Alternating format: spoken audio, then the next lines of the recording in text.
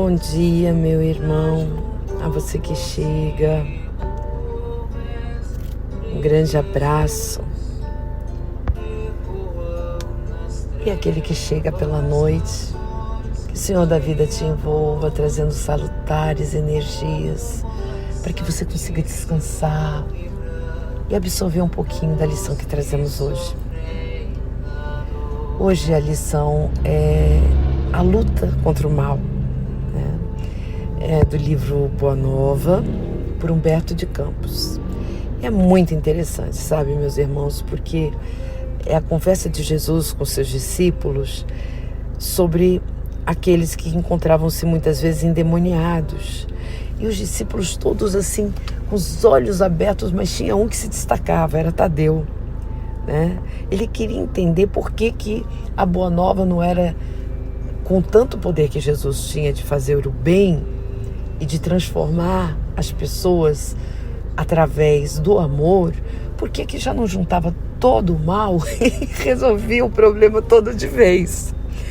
E o mestre vai com toda a parcimônia, com toda a paciência, falando assim: Tadeu, aguarde, meu filho, aguarde, porque cada pessoa está no seu tempo.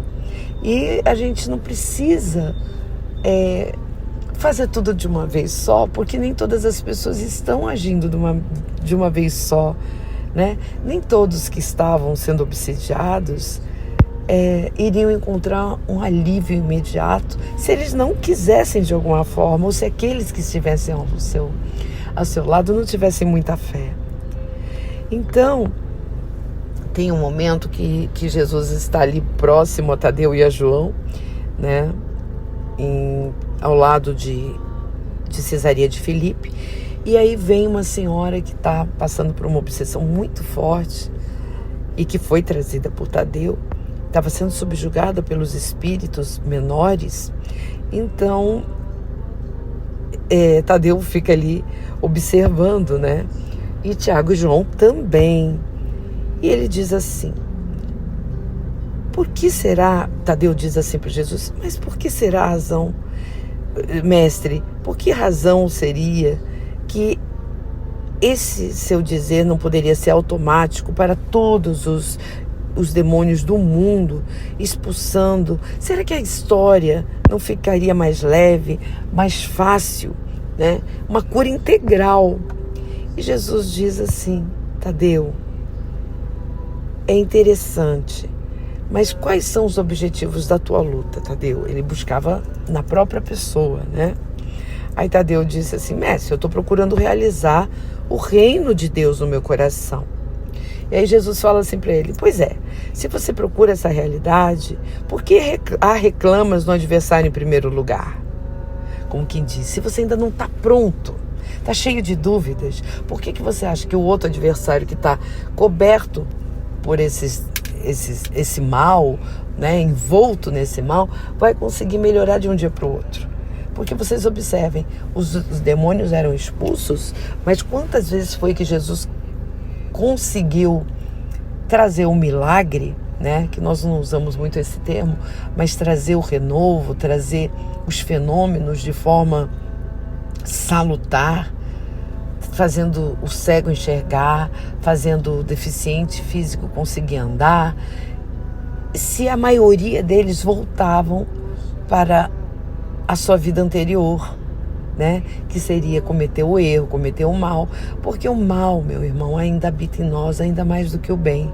Por mais que a gente tenha um coração muito bom, um desejo, a gente se sensibilize pela dor humana, pela queda, pela tristeza que assola a humanidade, nós ainda achamos assim: mas antes ele do que eu, mas fulano está pagando porque já fez em outra encarnação ou em outro momento algo de mal. Então o ser humano ainda tem por si e pelo outro ainda muito pré-julgamento. E para que isso possa melhorar, é necessário em nós a reforma maior. Senão, nada feito. Então a história é muito bonita, né? E ele vai falando: maravilha, Tadeu, maravilha que você queira que essas gotas de luz envolvam a todos, trazendo esclarecimento, mas para que os raciocínios se tornem iluminados, é necessário o coração estar puro. É necessário que a maioria dos irmãos estejam com o espírito renovado. E aí receberão a palavra do Pai que envia esclarecimento, a palavra que vem através do trabalho, quando os irmãos se reúnem, né, para auxiliar aqueles que estão, que se acomodam nas trevas. E aí Jesus explica de uma forma muito amorosa, dizendo que o adversário, na verdade, é sempre um necessitado que comparece ao banquete das alegrias de Deus. Por isso, embora não o tenha convocado, convidando somente os aflitos, os simples e os de boa vontade, ele nunca fecha as portas do coração, aceitando todos os irmãos que ali chegam, endemoniados ou não. Percebem, meus irmãos, o objetivo da nossa vida, da vida do Tadeu, da vida do João, do Tiago, da tua vida, da minha vida, é trazer essa luz do amor divino, mas que ela seja tão forte que venha converter a nossa alma na verdade pura. E aí nós conseguiremos vencer as dissensões, nós conseguiremos entender as dissertações filosóficas para a realização, não para palavras bonitas e que não vão estar nos capacitando. Então, Jesus, nessa parábola, ele vai o tempo todo conversando. E tem uma parte que ele diz muito interessante, na narrativa de Lucas, que diz assim: quando o espírito imundo sai do homem, anda por lugares áridos procurando repouso e não o achando, diz: voltarei à casa de onde saí, e ao chegar a encontrarei varrida e adornada.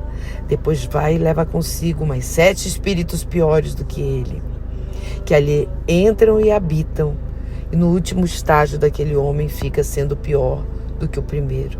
Ou seja, o mundo das paixões vai se mostrar também extremamente enganoso. A gente volta para essa casa, para a casa das nossas manias, da nossa precariedade, né? Onde mais espíritos que estão no mesmo regime de contenda, né, de guerras físicas ou espirituais, vão se comprazer em ficar ali até que ele deseje melhorar. Por isso, aí finaliza o Humberto de Campos: então todos os ouvintes das pregações do Lago compreenderão que não bastava ensinar o caminho da verdade e do bem aos espíritos perturbadores e malfazejos, que é indispensável edificar em cada um a fortaleza luminosa e sagrada do reino de Deus dentro de si. Meu irmão, como é lindo o evangelho de amor. Confia, entrega e descansa no Senhor. Um beijo para você. Até mais. Que assim seja.